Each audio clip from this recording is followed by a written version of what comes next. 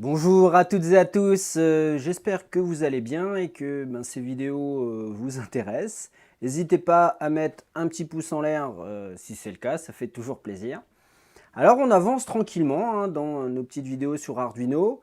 Alors j'ai conscience, peut-être certains d'entre vous trouvent que c'est trop lent, que on ne va pas tout de suite assez au cœur des choses. Alors c'est peut-être vrai. D'abord, premièrement, parce que ça prend un petit peu de temps de réaliser ces vidéos. Et puis, deuxièmement, eh bien, apprendre un langage de programmation, c'est comme apprendre une nouvelle langue, en fait. Sauf qu'ici, il y a des subtilités liées aux machines. Alors que j'essaye un petit peu de vous expliquer de façon à ce qu'on comprenne bien tous les concepts, en fait, forts liés à l'informatique. Donc tout ça, ça prend un petit peu de temps, mais d'ici 3 vidéos, je pense qu'on aura fait le tour vraiment des bases de la programmation, quel que soit le langage. Il nous reste à voir les boucles de contrôle, les tableaux et les fonctions. Et avec ça, on sera paré pour commencer à faire des programmes un petit peu évolués. Donc aujourd'hui, on va voir les boucles de contrôle. C'est très simple en fait. On a déjà vu qu'avec un ordinateur, un processeur, un microcontrôleur, on pouvait effectuer des calculs mathématiques. Eh bien, l'autre force de l'informatique, c'est de pouvoir répéter un très grand nombre de fois et très rapidement des instructions. Alors, ça permet en fait de réaliser des calculs, des opérations où il faudrait une vie humaine entière, rien qu'à écrire tous les calculs.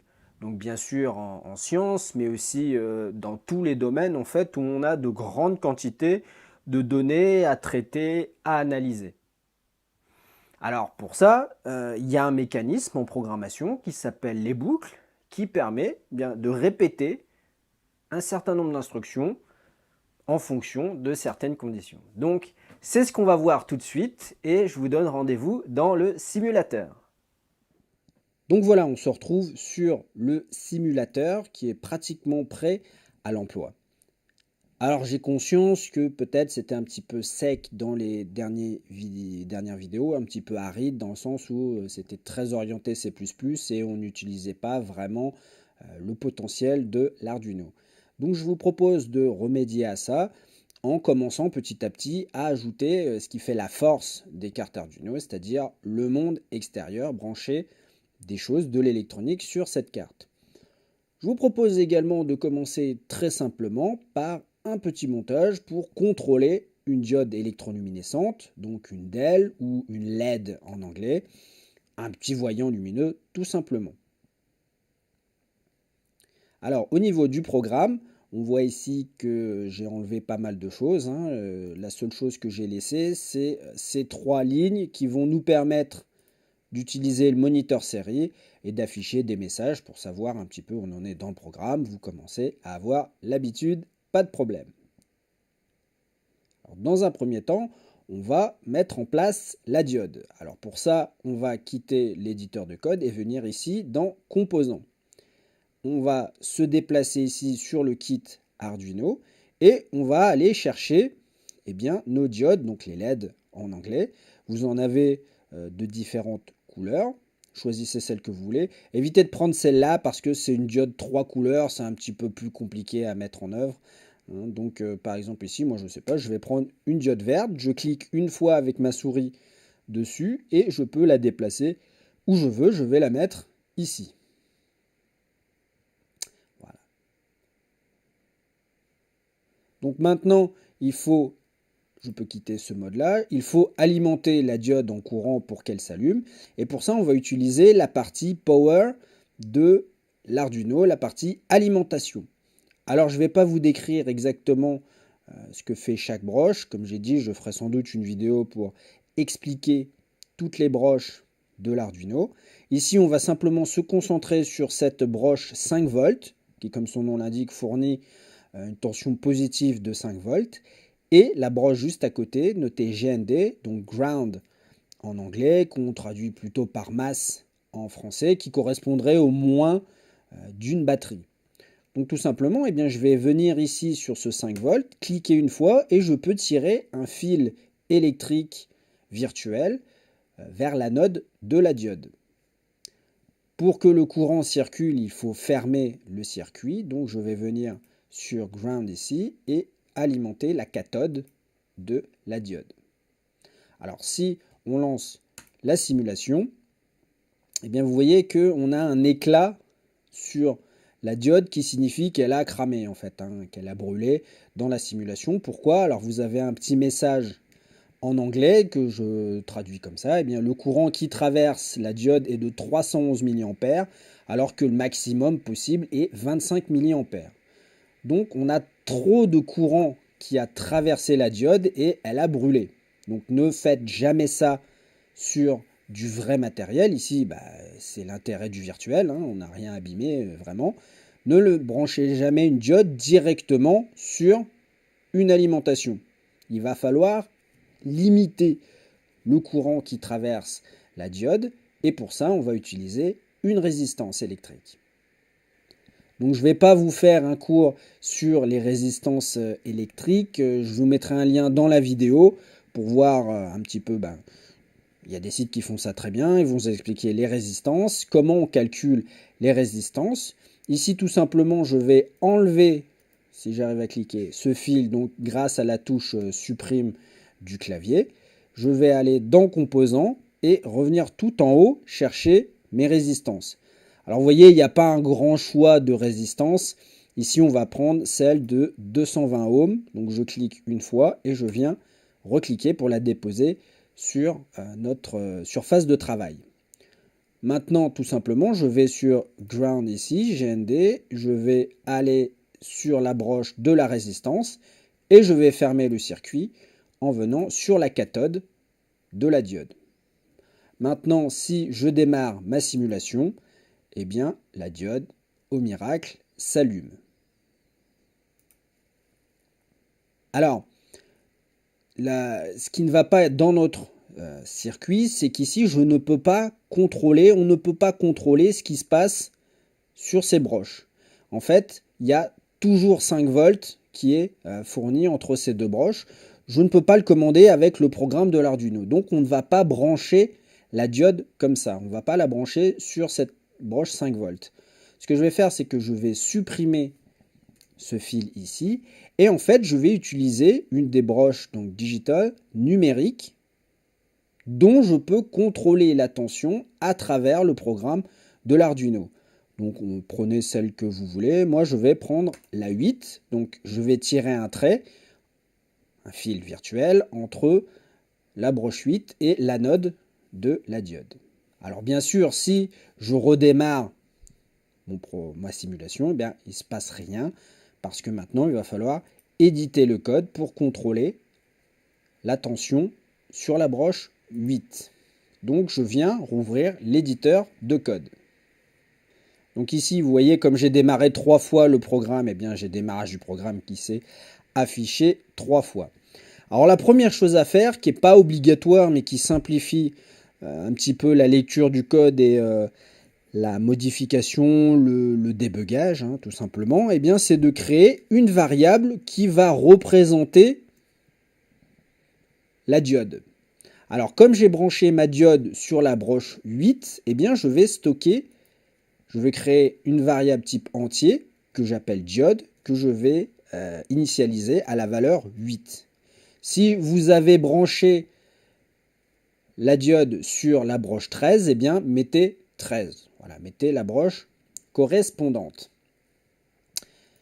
Ici, donc on va se placer en dessous de démarrage du programme et je vais utiliser une première instruction qui s'appelle pin mode ici, donc qui s'écrit comme ça. Alors faites bien attention à la casse, c'est-à-dire les majuscules et minuscules. Ici c'est un P minuscule et un M majuscule, sinon ça ne marchera pas, vous aurez des erreurs.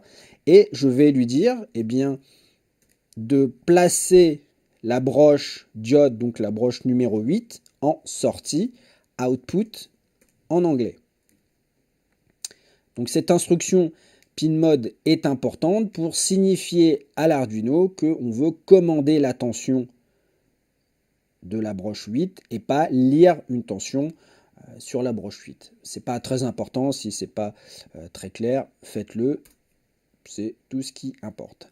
Ensuite, eh bien, tout simplement, je vais utiliser la commande digital write, qui s'écrit comme ça, pour eh bien, fixer la tension de la broche 8, donc de la broche diode, de la broche 8, et je veux qu'elle soit à l'état haut, c'est-à-dire 5 volts. À partir de ce moment, eh bien, il y aura 5 volts d'appliqué sur la broche 8, ce qui va permettre d'alimenter ma diode en courant et de la faire briller. Donc maintenant, on peut lancer la simulation et vous voyez que maintenant, ma diode s'illumine. Je peux stopper la simulation ici. Maintenant, si on souhaite l'éteindre, eh bien, il suffirait de changer ici le mot-clé high par low, donc l'état bas, 0 volts.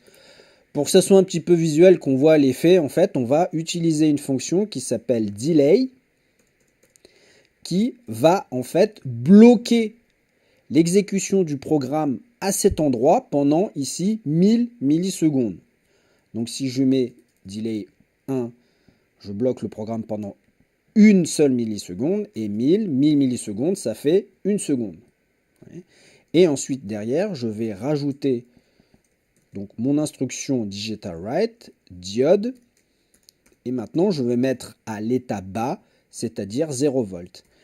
À partir de cet endroit, dans le programme, il y aura 0 volts aux bornes de la broche 8. Ça veut dire que la diode sera éteinte. Et tout de suite, on vérifie dans la simulation. Donc la diode s'allume et au bout d'une seconde, elle s'éteint. Vous pouvez bien sûr changer ici à votre guise selon vos besoins de temporisation. Je relance une deuxième fois. Voilà, la diode s'allume pendant 3 secondes et au bout de ces 3 secondes, eh bien, elle va s'éteindre. Ouais. Donc ici, moi, je remets 1000. Bien sûr, n'hésitez pas à mettre pause et à changer, à jouer un petit peu avec les paramètres que je vous donne. Donc maintenant, voilà, tout simplement, avec ces 3 lignes de code, avec 1, 2, 3 fils, une résistance, on peut contrôler l'illumination d'une diode. Alors maintenant, quel est le rapport avec nos boucles? Eh bien, on y vient tout de suite. D'abord, il y a 2 types de boucles. Les boucles for, les boucles pour en français, qui vont répéter une série d'instructions, mais un nombre défini à l'avance de fois. Alors que le deuxième type de boucle, les boucles while, les boucles tant que en français, on ne sait pas à l'avance le nombre de fois qu'on va devoir répéter les instructions. Ici, prenons un exemple. Je veux faire clignoter 10 fois ma diode. Ce qu'il faudrait faire tout simplement, c'est répéter, copier ce code et le répéter 10 fois. Alors juste avant, on va rajouter une deuxième fonction delay pour laisser pendant une seconde la diode éteinte. Sinon, elle basculerait automatiquement sur l'état haut et on ne verrait pas l'effet. Donc, j'ai ces 4 lignes. Si je veux faire clignoter la diode 10 fois, tout simplement, je vais copier-coller 10 fois mon code. Donc ici, 1, 2, 3, 4, 5, 6, 7, 8, 9 et 10. Alors vous voyez tout de suite que c'est pas très élégant, c'est pas très lisible. Maintenant, est-ce que c'est efficace? Voyons, on peut démarrer la simulation. Et vous allez voir que la diode va effectivement clignoter exactement 10 fois. Je n'ai pas compté, je ne sais pas où on en est. À vous de vérifier que c'est effectivement 10 fois.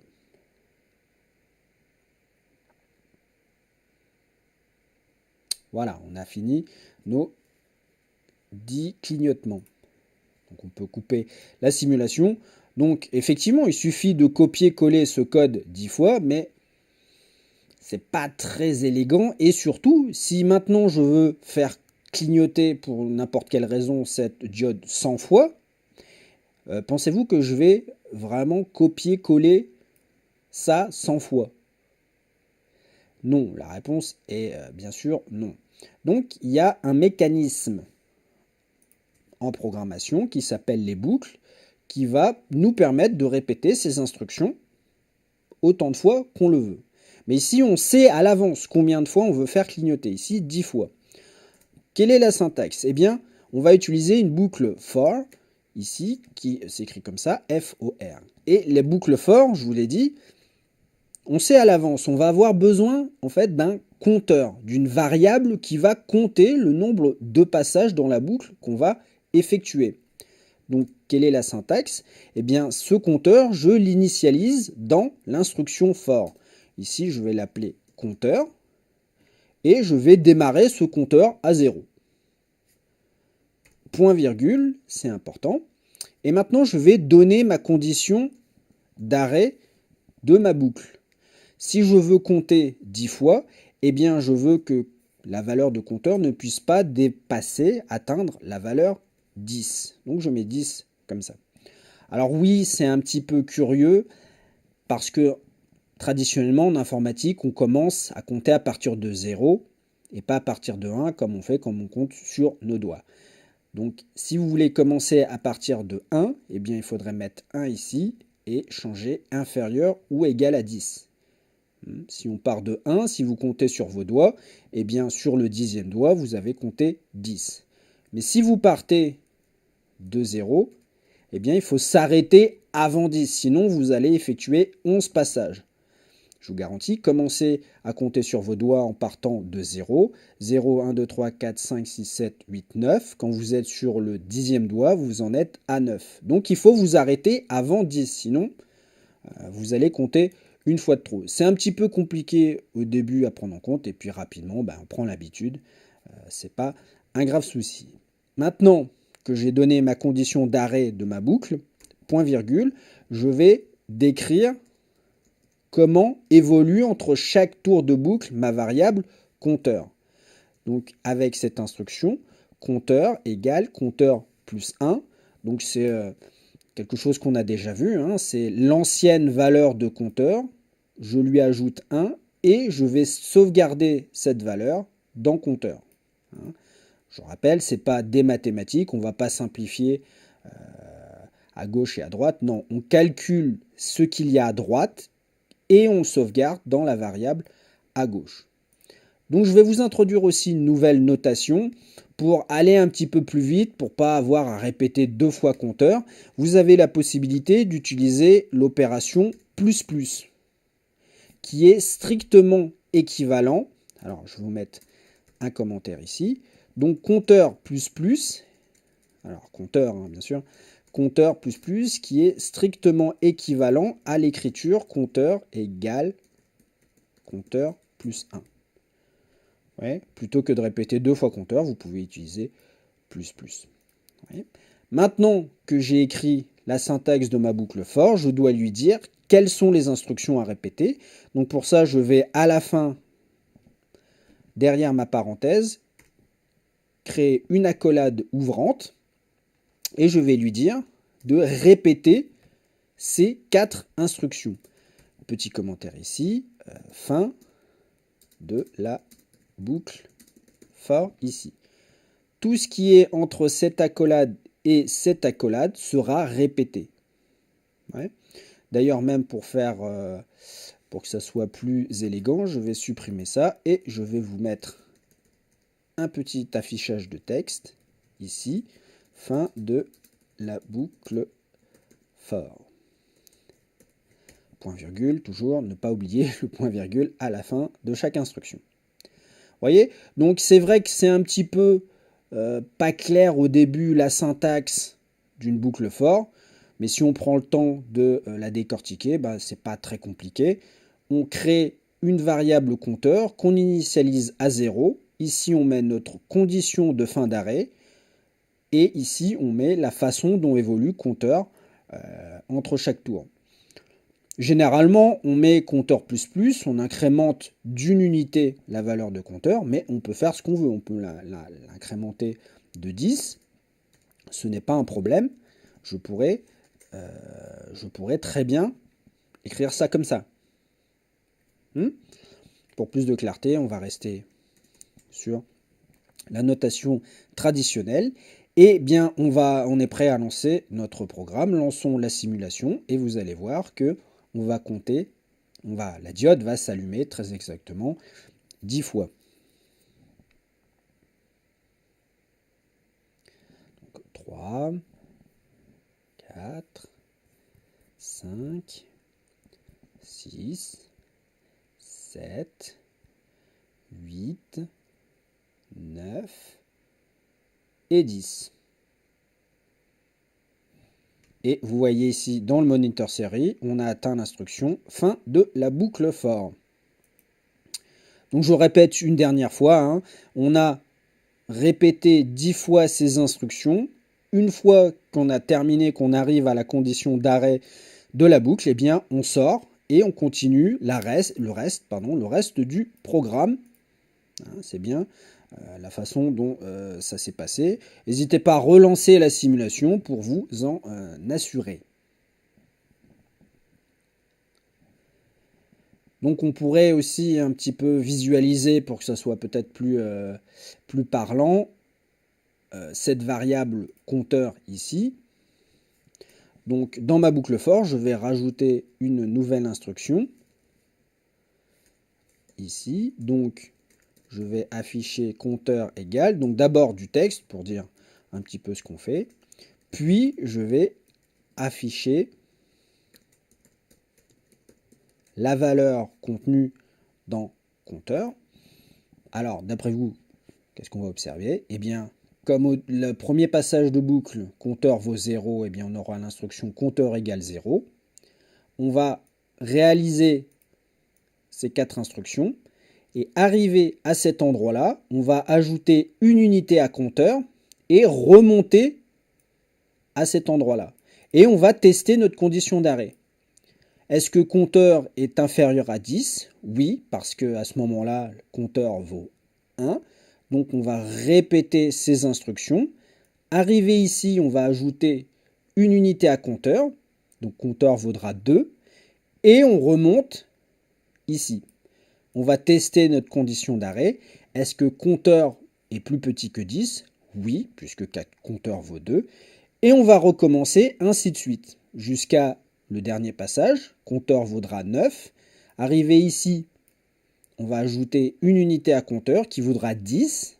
On remonte ici. Est-ce que compteur est plus petit que 10? Non, parce que compteur vaut 10. Donc on sort de la boucle et nous allons arriver effectuer cette instruction. On lance la simulation tout de suite pour voir ce que je vous raconte.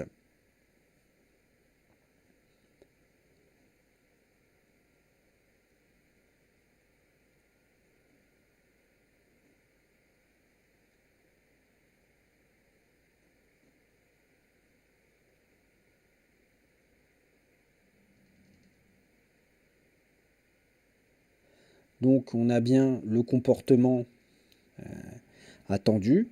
Vous voyez le compteur, comme un compteur de vélo ou de voiture, il s'est automatiquement incrémenté jusqu'à atteindre la valeur 9. Et vous pouvez compter ici, vous avez bien 10 passages dans la boucle. Ouais, et ensuite on sort et on affiche fin de la boucle for, tout simplement. Alors les erreurs qu'on peut faire au niveau de la boucle for, eh bien c'est généralement qu'on a mal,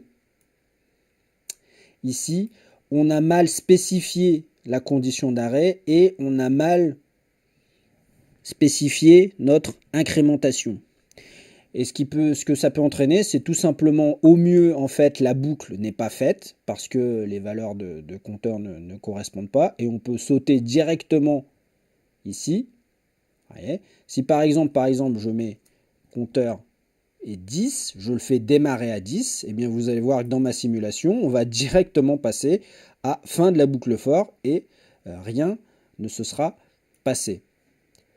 Au contraire, ce qui peut se passer, c'est que on va créer une condition qu'on ne peut jamais atteindre dans la boucle.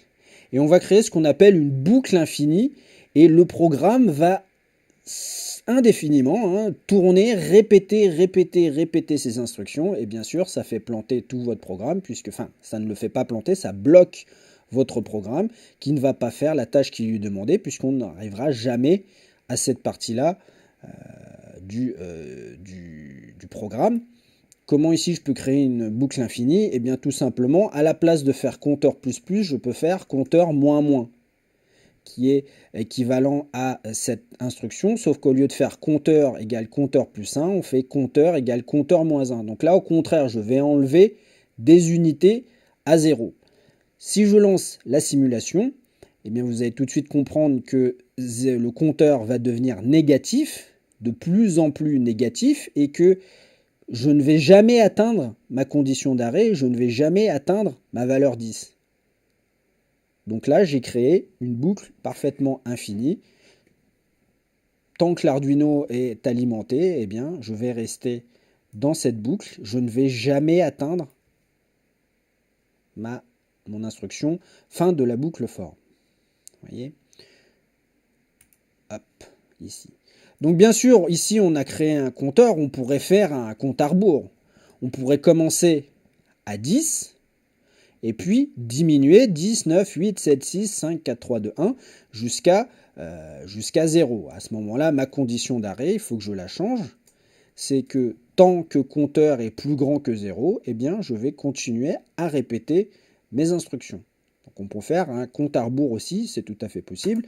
Si je lance la simulation maintenant, on part de 10 et on va diminuer nos valeurs, 9, 8, jusqu'à 0. Et à 0, on va sortir de la boucle. Alors c'est un petit peu compliqué à visualiser en même temps le clignotement de la diode et le décompte ici du moniteur série. N'hésitez pas à relancer plusieurs fois la simulation. Donc comme on peut le voir, eh bien, on a fait un compte à rebours sans problème.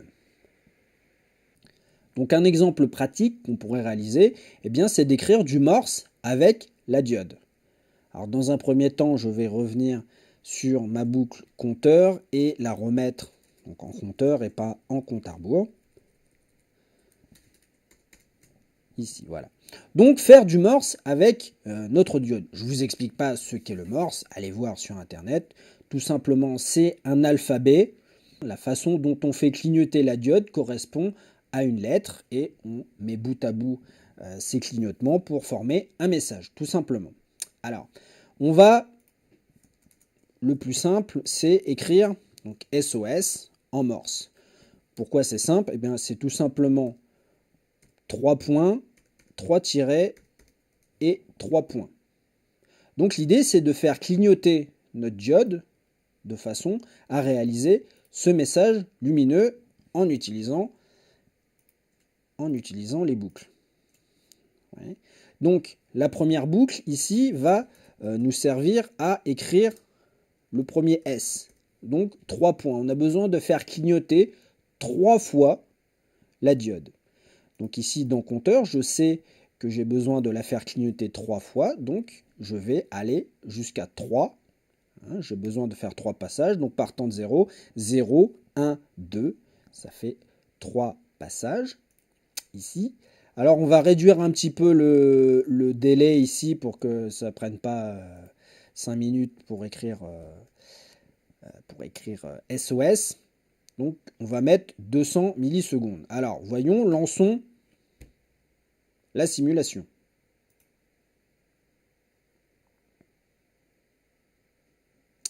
Voilà, donc on a vu clignoter exactement 3 fois la diode. Ici mon compteur, vous voyez que on a fait 3 passages dans la boucle. N'hésitez pas à faire pause si le temps de recopier le code, il n'y a pas de problème bien sûr. Donc maintenant j'ai écrit mon S, j'ai besoin d'écrire mon O qui est 3 tirets. Donc tout ça, tout simplement, je vais copier-coller ma boucle for, la poser ici et la coller. Donc 3 tirets, donc j'ai besoin de faire 3 passages dans ma boucle, donc ça c'est bon.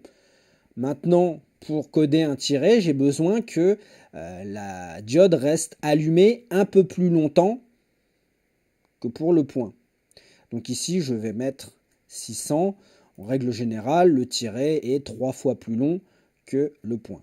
Et je vais laisser comme ça en fait. Hein, je ne touche pas à ce deuxième délai. J'ai besoin qu'il reste à 200. Hein, c'est le moment où la diode est éteinte. Et ça, par contre, ça reste fixe. Ça reste à 200. Ouais. Alors, je me suis trompé de ligne. Je remonte ici. Maintenant, j'ai besoin de coder mon S. Mais je l'ai déjà fait ici. Donc, je copie mon code. Et je viens le coller ici, tout simplement. Donc, je vais agrandir ça. Et voilà, je vous montre tout le code pour coder SOS. Donc, d'abord, le S avec une première boucle. Ensuite, le O avec une deuxième boucle. Et enfin, le troisième S avec la troisième boucle. Tout simplement. Donc ça, je vais le réduire. Ici, voilà. Peut-être même je vais réduire ça et mettre tout ça par ici. Voilà, pour qu'on ait un petit peu plus de place. Si je lance la simulation, alors, ouais, on va agrandir ici. Hop. Donc 3 points, 3 tirets, 3 points. Et voilà, tout simplement, comment faire du Morse avec une Arduino. Donc il suffirait de coder toutes les lettres pour pouvoir écrire ce qu'on veut, un message entier, très long, en SOS. J'avoue que c'est pas le plus élégant d'écrire ça encore. Hein. Peut-être dans quelques vidéos, on verra les fonctions qui nous permettront d'écrire quelque chose d'un peu plus joli. Donc bon, c'est pas non plus foufou de faire du Morse avec une carte Arduino, mais en tout cas, ça illustre très bien le propos des boucles donc type for, où on sait exactement le nombre d'itérations, le nombre de passages qu'on a besoin de faire. Si on ne sait pas à l'avance, et il y a beaucoup de cas où on ne sait pas, on va répéter des instructions tant qu'une condition n'est pas vérifiée, eh bien on va utiliser des boucles while qu'on va voir tout de suite dans la deuxième partie de cette vidéo. Alors oui, dernière chose, traditionnellement dans une boucle for, on n'utilise pas de variable qui s'appelle compteur. Traditionnellement, on va utiliser la variable i. Donc à la place de compteur, je vais mettre des i. Et voilà. Ça ne change rien en soi, mais voilà, si jamais vous rencontrez d'autres boucles for ailleurs dans d'autres sources, que vous ne soyez pas surpris de trouver des i.